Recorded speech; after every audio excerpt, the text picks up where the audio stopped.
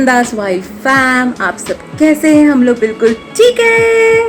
So hello, good evening, नमस्कार, welcome, सत श्री अकाल, अस्सलाम वालेकुम, वड़कम, केम छो, के बोनाश ज़रूर बताइएगा कमेंट्स में मुझे। तो आज हम लोग वापस आ चुके हैं चाय के साथ मन की बात एपिसोड नंबर 2। सो ये दूसरा एपिसोड हो रहा है इसका और I am super duper excited. अभी बज रहे हैं शाम के 5:30 से ज़रा ऊपर हो रहे हैं, तो टू बी प्रिसाइज अगर मैं बताऊं आपको तो बज रहे हैं 5:33। 5:33 PM का टाइम हो रहा है और आज है फ्राइडे। तो जैसा आप सबको पता है कि सैटरडे होता है स्पेशल सेगमेंट चाय के साथ मन की बात। तो आज आपकी क्रेजी इंडियन यूट्यूबर नीलम नायक किस चीज़ के बारे में बात करेगी, चलिए मुद्दा शुरू किया जाए, बातें शुरू की जाए और बहुत लंबा नहीं खींचेंगे, बस एक पॉजिटिव नोट पर इस चीज़ को एंड कर देंगे एंड बाकी काम तो चलता रहना चाहिए। फूड फॉर थॉट, ज़िंदगी में क्रांति और ज़िंदगी में बेहतरी के लिए चीज़ों पे काम करना पड़ता है, तो उसके बारे में सोचिए, उसके तरफ काम करिए और यूं ही लाइफ में आगे बढ़ते जाइए। दोस्तों, आप लोग सोच रहे होंगे कि नीलम एकदम अलग हेयर स्टाइल में एंड में क्या कर रही है। एक्चुअली एक थोड़ा सा सियापा हो गया बीच में, चाय के साथ मन की बात, पर चाय तो प्याली मेरी रह ही गई। आपसे बातें मैंने कर ली, इतनी ज़्यादा डिस्कशन कर लिया, पर हमारी चाय की प्याली हमने साइड ही रख दी थी। ये देखिए हमारी चाय ठंडी हो चुकी है गाइस, तो अभी मैं बैठकर उसे इत्मीनान से पी रही हूँ। पर ये सेगमेंट में आप अपना चाय या कॉफ़ी ज़रूर बना के पीजिएगा और इन्जॉय करिएगा। आई एम श्योर आपको कुछ यहाँ पर कुछ जानने को मिलेगा, कुछ समझने को मिलेगा और इन्जॉय भी करेंगे। तो इस सेगमेंट का लुत्फ़ उठाइए चाय और कॉफ़ी के साथ, और इस सेगमेंट को हम करते हैं कंटिन्यू, ठीक है।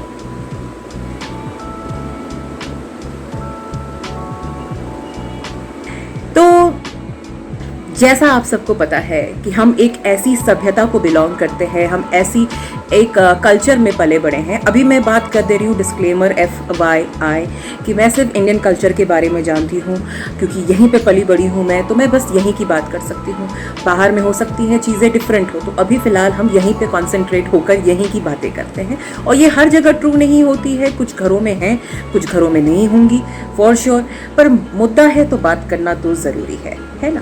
तो हम एक ऐसी सभ्यता को बिलोंग करते हैं जहाँ पर मतलब ये हज़ारों साल पुरानी सभ्यता है हमारा इंडियन कल्चर। आई थिंक जब से ह्यूमन सिविलाइजेशन शुरू हुआ है तब से हमारा इंडियन कल्चर चलता आ रहा है। शायद दुनिया का सबसे पुराना सिविलाइजेशन है और हम ऐसे कल्चर को बिलोंग करते हैं जहाँ पर लक्ष्मी जी और गणेश जी को साथ में पूजा जाता है ना, एक समान दर्जा देकर पूजा किया जाता है। हम राधा जी का नाम कृष्ण जी से पहले लेते हैं। हम एक ऐसे सभ्यता के निवासी हैं जहाँ पर जो औरतें हैं, बहुत ढेर सारे एग्जाम्पल्स आपको हमारे इंडियन हिस्ट्री में मिल जाएंगी। जो औरतें हैं बहुत ही स्ट्रॉन्ग हेडेड, स्ट्रॉन्ग माइंडेड औरतों की हिस्ट्री मिलेगी। बहुत ही तुरंत अगर मुझे याद आ रही है तो रानी लक्ष्मीबाई, जो एक वीरांगना थी जिन्होंने झांसी के तख्त पर ना ही सिर्फ एक रानी का ओहदा संभाला, बल्कि वक्त आने पर हमारे देश के लिए कुर्बानी भी दी, है ना। आप सब अग्री करते हैं ना मुझसे। लेकिन अनफॉर्चुनेटली हम ये बात बोल सकते हैं कि कई बार जब भी बात आती है अधिकार की, जब भी बात आती है सम्मान की, तो ये चीज़ें थोड़ी ऊपर नीचे हो जाती हैं। जो तराजू है वो औरतों के लिए थोड़ा कम हो जाता है और मर्दों के लिए थोड़ा ऊपर हो जाता है। तो आज हम इस टॉपिक पर चर्चा करेंगे कि आखिर क्यों एक दामाद और एक बहू के बीच में सम्मान का डिफरेंस होता है।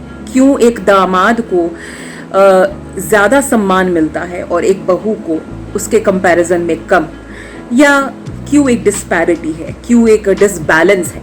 और इक्वल राइट्स और ये सब की बातें हम कर ही नहीं रहे हैं। अभी तो फिलहाल सिर्फ रिस्पेक्ट की बात कर रहे हैं और एक ऐसे दो रिलेशन की बात कर रहे हैं जो शादी करके ही जुड़ते हैं। ये कोई बायोलॉजिकल कनेक्शन नहीं होता है। एक दामाद है, शादी करके ही उनके घर में आता है, और एक बहू है, शादी करके ही आती है ना। आपके पेट से, आपके बायोलॉजिकली आपके रिश्तेदारों में नहीं जुड़े हैं वो, है ना। वो आगे चल के आपकी लाइफ में आते हैं। शायद सबको ही बात पता है कि ये सालों से चला आ रहा है। क्यों चला आ रहा है, इसके बारे में थोड़ी देर पहले मैं अपने हबी जी से भी डिस्कशन हम इस बारे में कर रहे थे और हम दोनों बात कर रहे थे। जैसे थोड़ा प्रेप करना होता है ना, कि आप लोगों से बात करने से पहले थोड़ा दिमाग में, बैकग्राउंड में थोड़ा कुछ बना लें, समझ ले चीज़ों को और फिर आपसे बात करें।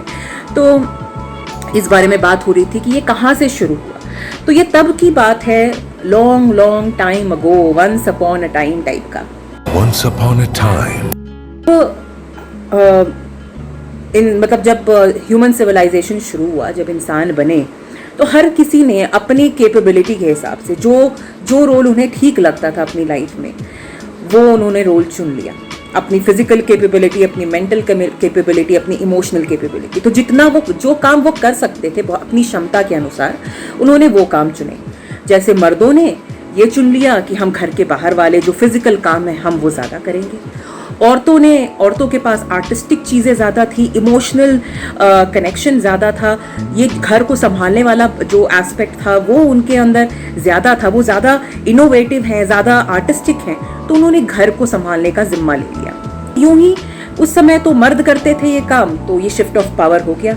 ऑटोमेटिकली समाज ने उनको एक्स्ट्रा इज्जत दे दी। अब जब वो एक्स्ट्रा इज्जत मिलने लगी तो ऑब्वियस सी बात है, जब वो उनसे रिश्ते जुड़े, वो किसी के बेटे बने, वो किसी के दामाद बने, किसी के पिता बने, तो वो ऑटोमेटिकली वो रिश्तों में उनको एक्स्ट्रा इज्जत मिलने लगी। उनको कहते हैं ना डिफॉल्ट सेटिंग, तो वो डिफॉल्ट सेटिंग हो गई कि मर्द हैं तो उन्हें एक्स्ट्रा इज्जत मिलेगी। क्या हमारे समाज में आज भी अगर लड़का पैदा हो जाए घर में तो महंगी काजू कतली बांटते हैं, लेकिन अगर बेटी पैदा हो जाए तो शायद एक छोटे छोटे से लड्डू ही बांट दे।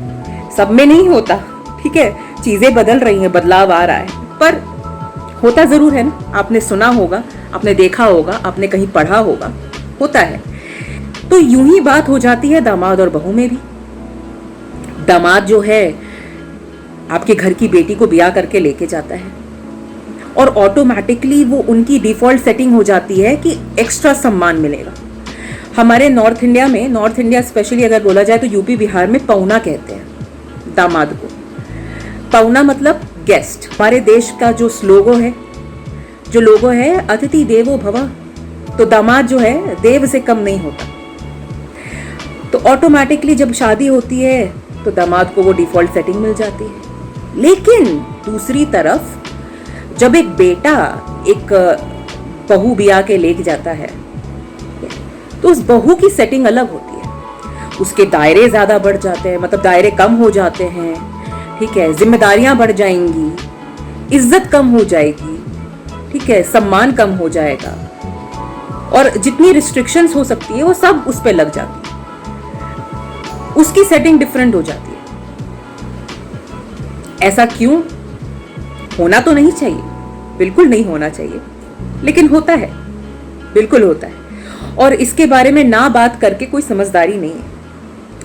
देखिए, जो पहले की जेनरेशन है, ठीक है, जो हमारे पूर्वज हैं या जो हमारे पेरेंट्स हैं, उनको तो हम सुधार नहीं सकते, है ना। जो ऑलरेडी इवॉल्व्ड है, जो इतने समझदार हैं, जो ये सब बातें समझते हैं, वो उनके लिए बहुत बल्ले बल्ले। पर जिनको ये बातें नहीं समझ में आती, उनके लिए तो कुछ नहीं कर सकते। उनके लिए बस उम्मीद पे छोड़ सकते हैं कि शायद उनको कल ये बातें समझ में आ जाए। तो मैं ये बातें क्यों कर रही हूँ? ये बातें मैं इसलिए कर रही हूँ क्योंकि अब हमें वो चेंज लाना है ना। अब पूरी तरह से किसी चीज़ को ख़त्म तो नहीं कर सकते। बुरी चीज़ें हैं, धीरे धीरे करके जाएंगी, वक्त के साथ जाएंगी।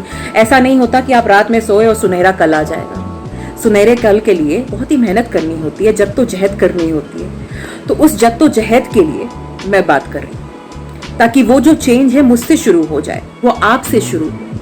और वो आप कोई भी हो सकता है। ये आप जो श्रोतागण हैं, तो अभी के वक्त हो सकता है कि कोई एक 18 साल की लड़की देख रही हो, 20 साल का लड़का देख रहा हो, ठीक है, एक 60 साल के अंकल देख रहे हो, एक 70 साल के परदादा देख रहे हो, है ना। कोई भी देख सकता है, कोई भी एज ग्रुप हो सकता है, कोई भी जेंडर हो सकता है, पुरुष या महिला, जो भी ये देख रहे हैं। आपसे वो चेंज शुरू होगा, मुझसे वो चेंज शुरू होगा, इसके बारे में बात करके वो चेंज शुरू होगा। अब मुझे ये तो बताने की ज़रूरत तो है नहीं कि किस तरह की डिस्पैरिटी होती है, किस तरह का भेदभाव होता है। लमसम बोल दी जाए तो एग्जाम्पल दिया जाए, महीनों महीनों दामाद फोन ना करे अगर ससुराल में तो चलता है, वो फिर भी भगवान ही रहेगा उनके लिए। लेकिन अगर कुछ दिन बहू अपने ससुराल में ना बात करे तो उसकी निंदा होने लगेगी।